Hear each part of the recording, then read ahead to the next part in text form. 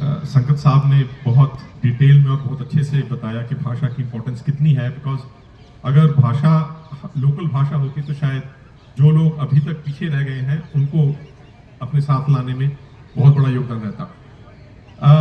जहाँ तक आपने बात की है भाषा की, 3 भाषाओं की, देखिए मैं ये मानता हूँ कि जो लिंकेज, जो स्पिरिचुअल लिंकेज की आपने बात की, जो हमारी स्पिरिचुअल हेरिटेज है, उसका जो शुरुआत हुई, अगर हम if you go to the ancient times, sorry I will slip into bit into English and Hindi with all due respect to both languages, I think starting from the Vedic age, because ये Mahabharata is a product of the Vedic age, वहाँ से जो संस्कृत में सारी spiritual literature जो आ रहा था, उससे एक थोड़ा सा एस्पेरिज्म आ गया.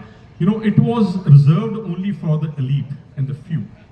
Now, what happened is when Bhakti movement came in India, and it reached its pinnacle sometimes in the 14th, 15th centuries. At that point of time, जो तुलसीदास जी ने किया, and I always say Tulsidas ji ने मानवता पे एक बहुत बड़ा उपकार किया. He did 2 things. First of all, उन्होंने जो भगवान राम की स्टोरी थी, which is otherwise available in about 300 different there are 300 different versions to it. I was mentioning that earlier. He brought that story of Bhagwan Ram in the local language, Avdhi. And the second thing that he did was he interwove that story with the philosophy of Gita. Gita itself is a essence of all the Upanishads. Bhagavan Krishna himself says that Gita itself is the essence of all the Upanishads. So here what you see is that what Tulsidas is doing is that the essence of all the Upanishads, he's interviewing that in a story in the local Avdhi language. But today perhaps even the Avdhi language is alien to us. You know, me and you probably are not so conversant with it. So rightly or wrongly, perhaps English is one language which also can be used as a medium to reach out to a different section of the society which is more comfortable in that language. Now of course there is a barrier, there is a challenge to it also, because what happens is that there are certain terms, there are certain words which are perhaps best understood in the original language. I'll take 2 examples here.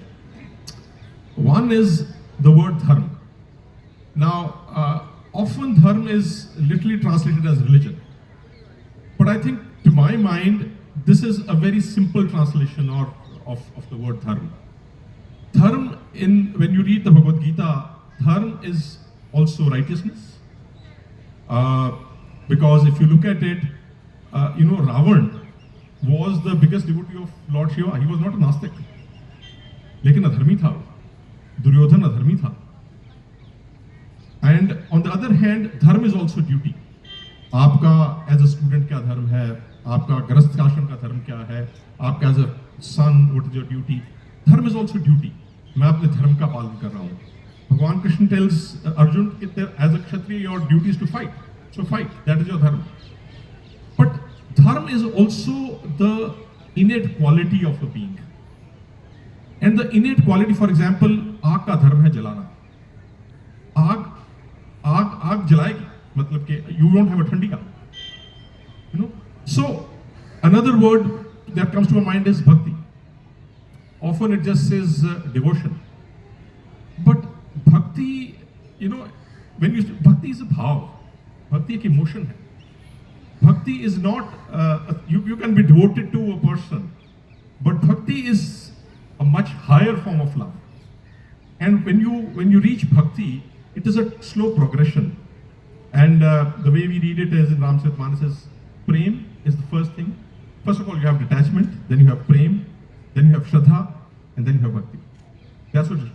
And one point that I must mention here is that I always like to say that Tulsidas ji, in a way, democratized the spiritual knowledge for all of us by writing it in Avdhi.